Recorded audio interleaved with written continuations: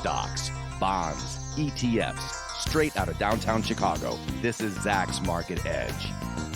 Welcome to Zach's Market Edge, the podcast about investing in your life. I'm your host, Tracy Reineck, and this week I'm joined by Zach's Director of ETF Research, Nina Mishra, to discuss a very hot topic in investing this year. And no, it's not the pot stocks. No, it's putting your money kind of where your mouth is, or like what your beliefs are. And we're going to talk about how to invest into clean energy and what options are out there. Now, you could go around and try to find a whole bunch of stocks that kind of fit the MO.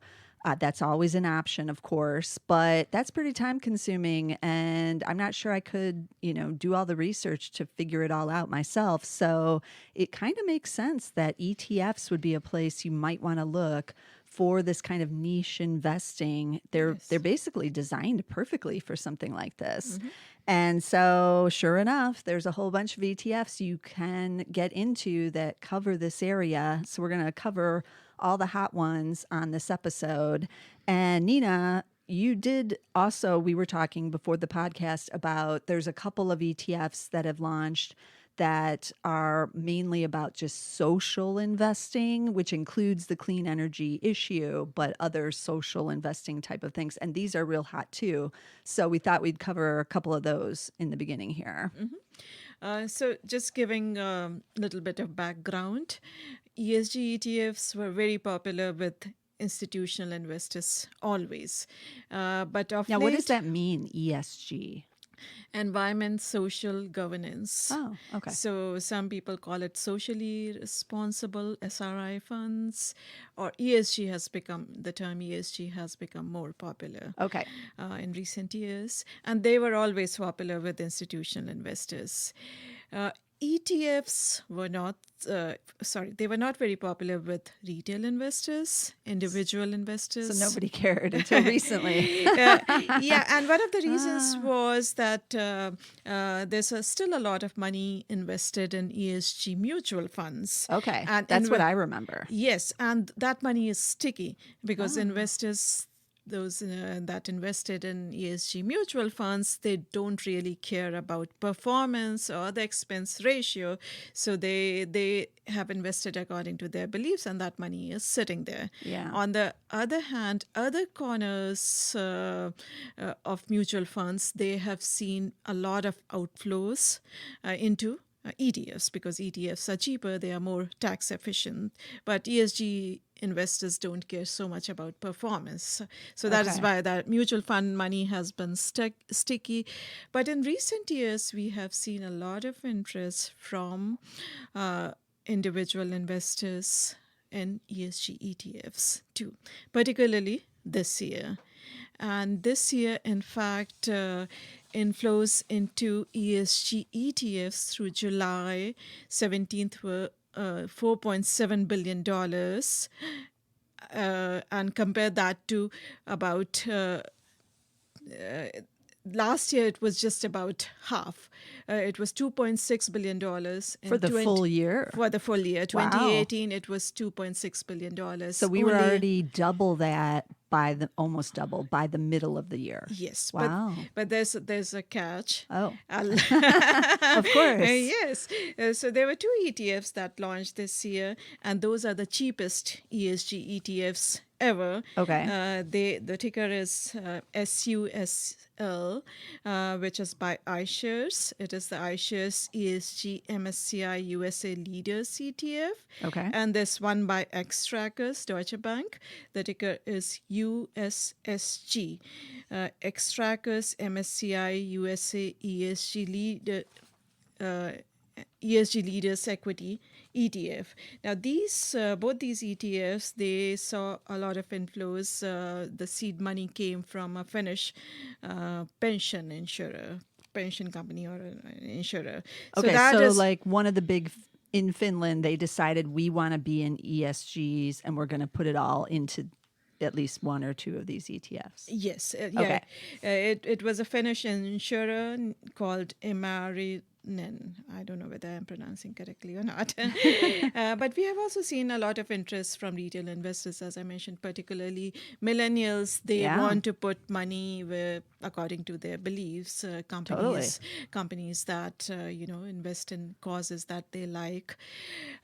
Another reason for popularity of ESG ETFs is that earlier the products were not very investor friendly. They followed some exclusion approach, okay, clean energy ETF or sin-free ETF or whatever like that. But in recent years, we have seen products that can be used as portfolio building blocks. So they are very close. They resemble the broad market a lot. Okay. But the companies that get higher weightings in these ETFs are those which score higher on the ESG criteria. Okay. So investors like those products because their performance is very close to the broad market performance, and they can be used in the portfolios. And another reason I think why ESG ETFs have been popular this year, because energy is not doing well. Right.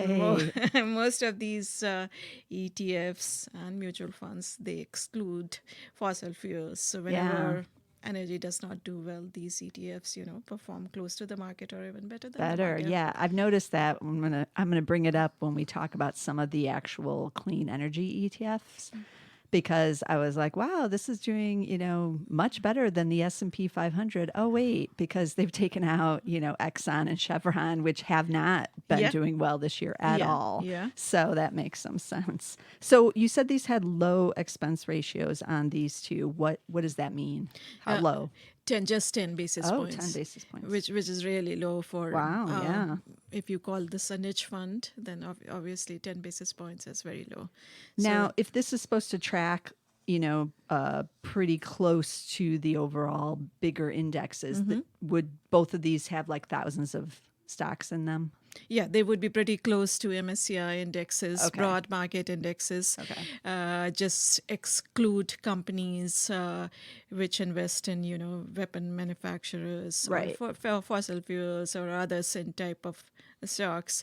Now, there was some problem with a couple of Vanguard ESG ETFs earlier this year. They were in news because due to some mistake by the index provider, they were holding a couple of weapon manufacturers. And when it was pointed out, they immediately, took those stocks out. Their weighting was quite small, but that was in news earlier this year. In general, these ETFs would exclude all those types of stocks in addition to fossil fuel stocks. Okay. All right. So those are some good ideas if you want just kind of this big portfolio building block type of funds, ETFs. Mm-hmm. Okay, so let's switch over to the ones that are more focused on clean energy. Mm-hmm. And I'm kind of going through these on based on a list that Nina gave me before this podcast of the ones that she thinks we should be talking about. And I was interested to see that it kind of started with the one that has like the most stocks in them, and then it went more narrow as we go along. So that's what we're gonna cover today, is like the big broader ones, and then we're gonna get more into the niche. So the first one I want to talk about, well, we'll talk about both of these, I guess, because they seem really similar to me, is the iShares Low Carbon Target ETF, and that ticker is CRBN. And then State Street has the Spider Low Carbon Target ETF, LOWC. They seem to have similar expense ratios of just 0.2% that I've seen. And then when I went to go look at their holdings, I was like, wait a minute, these are basically like the same holdings. Now, what I thought was interesting about this, I had no idea because I hadn't looked at any of these before this podcast. And I was like, oh, low carbon target, what will be in there? Well, obviously not energy. None of that will be in there. But I was like kind of shocked to see that the top holdings were FANG. The top 5 holdings were FANG. So that's what you're getting when you're buying these. Yeah. And then it was like MasterCard, Visa, JP Morgan, Nestle was in there. I did notice that on one of them, the LOWC, the State Street one that it's 55% US, and then everybody else, Japan is number 2, 7.4. So you are getting pretty global with that one. But, they have over 1,000 holdings, both of these, and their returns look very similar. So because I believe they're following like the same index. So how do I pick between these two? Is it just whichever one I stumble upon first, or I like iShares more than State Street Global Advisors, or what's the difference? Yeah. They are both seem similar. They're both pretty similar. They were launched around the same time, and in fact, they were seeded with cash from United Nations Pension Fund. Oh, okay. So wow. United Nations Pension Fund worked with these two providers, and then they launched these ETFs, and they are pretty similar, as you mentioned. Okay. And you get a very broad exposure to companies which have a low carbon footprint. And another thing I wanted to mention about the popularity of ESG ETFs, earlier it was not possible to calculate the carbon footprint, especially in emerging markets and other international markets. But of late, because of advances in data science and in better data availability, MSCI really calculates carbon footprint of all companies around the world very well. So that is another reason for popularity of low carbon footprint ETFs. But both these ETFs are pretty similar. Yeah. And if you talk about low carbon footprint, which are the companies which produce low carbon, it's mostly companies which are cash rich, right, which are doing well, which are yeah. the technology companies. Right, because they don't have to have like warehouses, making anything. Yeah. And so, Facebook is definitely going to be one of the low carbon, someone like that. Yes. So I think people just have to kind of keep that in mind. Yeah. Because you I was will not get prepared. a lot of technology exposure. Yeah. If you want to invest in low carbon and ESG ETFs, and definitely.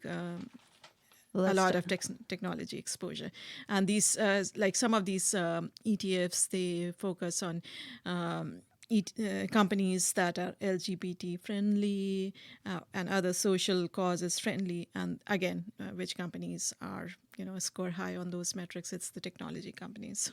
Okay.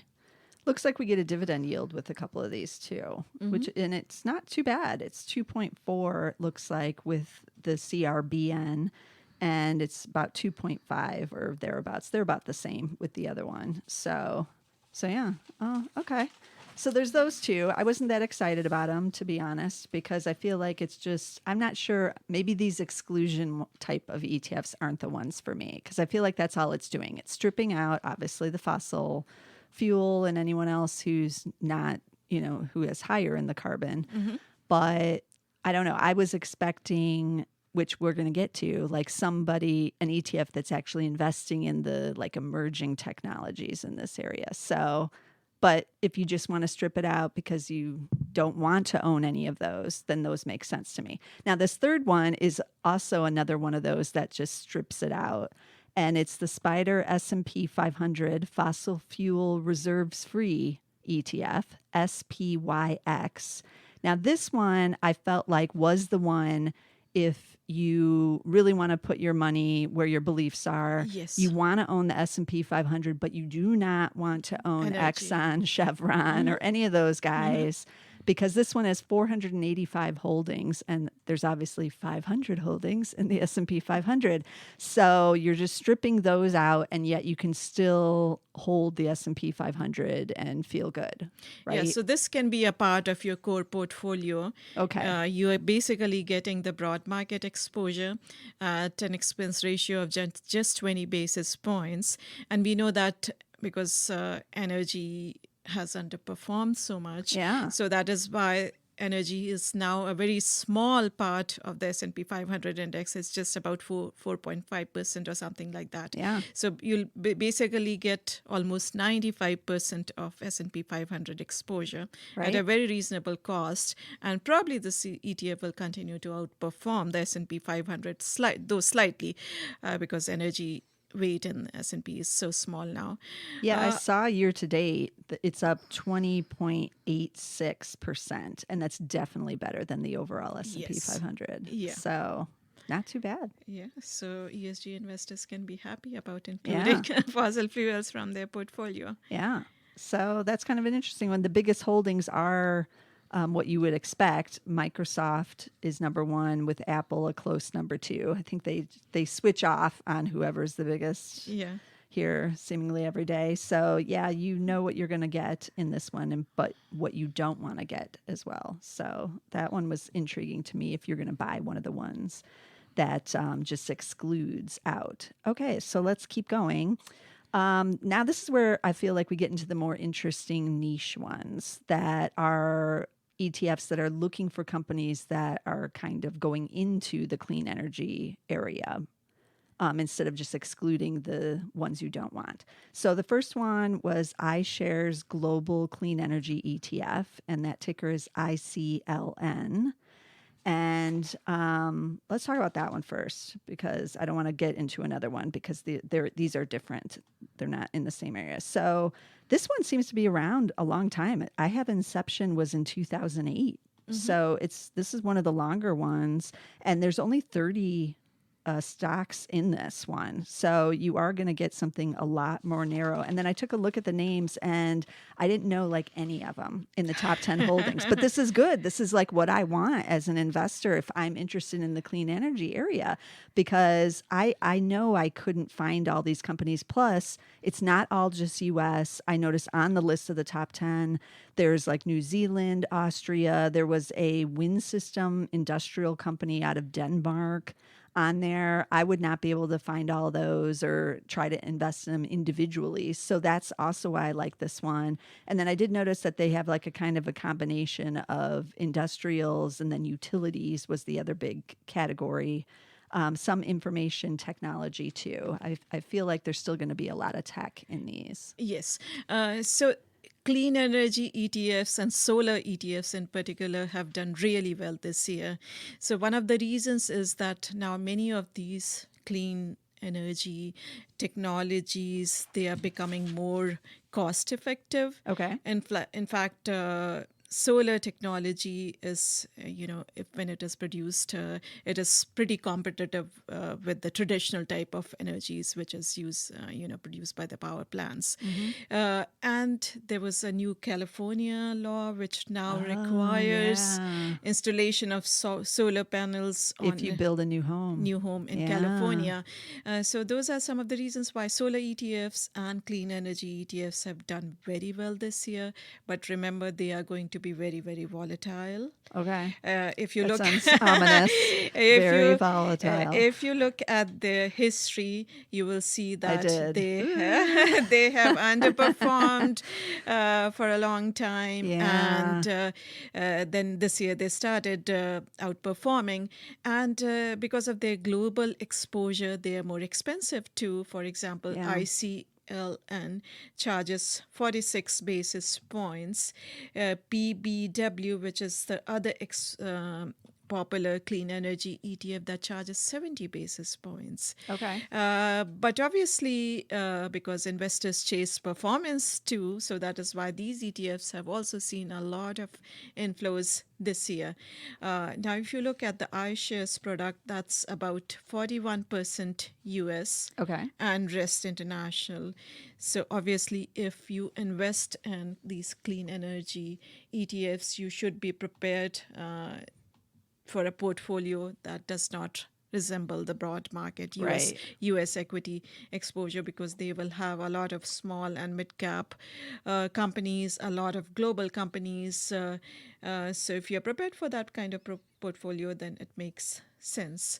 Looking at PBW. Yeah, that's the other like niche one. The Invesco Wilder Hill Clean Energy ETF is the name of that one. And that one, it says, invests in U.S. companies in cleaner energy and conservation. And I saw that it has 40 holdings. The biggest category is industrials with them, and then IT, and then utilities. But this one, this is what I thought was really interesting, because it actually did list out what percentage were in like the small caps, large caps, all that. Most of these other ones were more larger caps, at least the first couple that we mentioned, because obviously they're owning Microsoft or Apple or companies Yes. like that. Yeah. But this one, the Invesco one, it's 32% of the fund is small cap growth, then 15% is small cap blend, and then 14.4% is small cap value. So that's huge. And then that also explained why the forward PE was 51.8. You're not getting anything cheap. And I was like, man, there must be some growth stocks in there. And there is, obviously. But that's what it's going to take if you're looking for investments in this kind of emerging area. They're in a lot of these small stocks. Although I did see the biggest holding was Tesla at 3%, but then after that it was names I that did you not wouldn't recognize. recognize. Yeah, Correct. So this has more U.S. exposure compared to ICLN.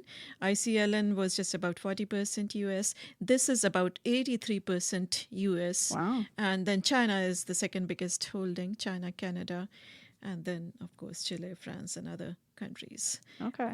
But because of outperformance of those clean energy stocks, this is also one of the big outperformers this year and has seen a lot of interest from investors. Yeah, so everybody wants to chase Yes. those returns. Yeah.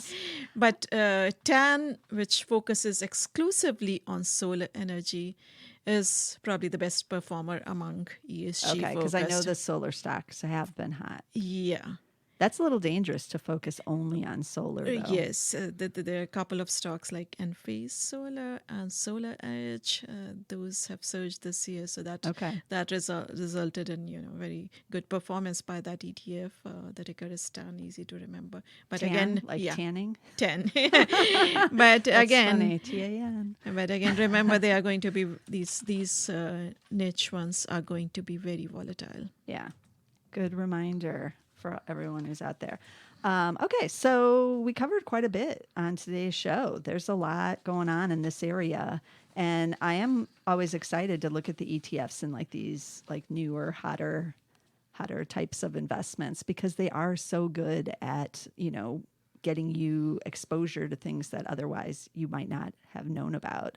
Plus, if for some of you, if you do want to buy individual stocks, you can go and look at the top 10 holdings or even just download what the entire portfolio is if you want to go look at individual companies within there.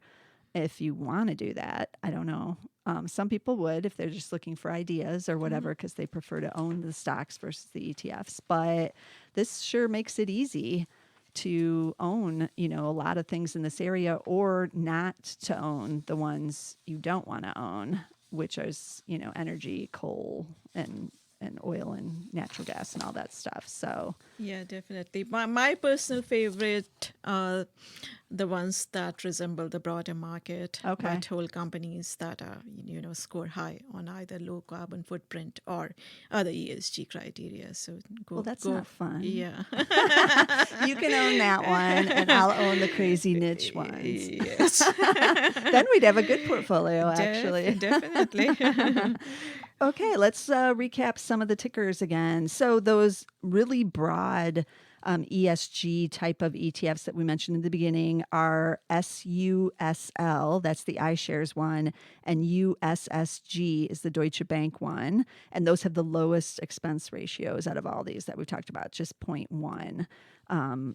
Is the expense ratio. And then switching over to the more niche ones, we had the iShares Low Carbon Target ETF, CRBN, and the State Street Low Carbon Target ETF, LOWC is the ticker for that one. And then we had basically the S&P 500, but without the fossil fuel stuff. So getting rid of that, it's the fossil fuel reserves free ETF, SPYX is that ticker. And then going even more narrow, the iShares Global Clean Energy ETF is ICLN. And then we had the Invesco Wilder Hill Clean Energy ETF, PBW. P as in Paul, B as in boy, W is the ticker on that one. And if you're interested in super niche and very narrow, the solar ETF is TAN, TAN. So this has been interesting. I feel like this is going to be a topic, Nina, we're going to talk about for definitely. There are numerous some years more to come. weird and very interesting ones. Probably we should discuss some other time. Yes, we'll do another episode. I like weird and interesting. So this is Yes. intriguing now. So you don't want to miss a single episode. You want to get them all. So the next time I have Nina on with these other weird ETFs, I'm like waiting to find out what they are now. You will get the episode. So be sure to subscribe. You can get us on Apple Podcast. Of course, we are on Spotify, and I know a lot of you are getting us there, and on SoundCloud. But be sure to get us somewhere, and I'll see you again next week with some more stocks.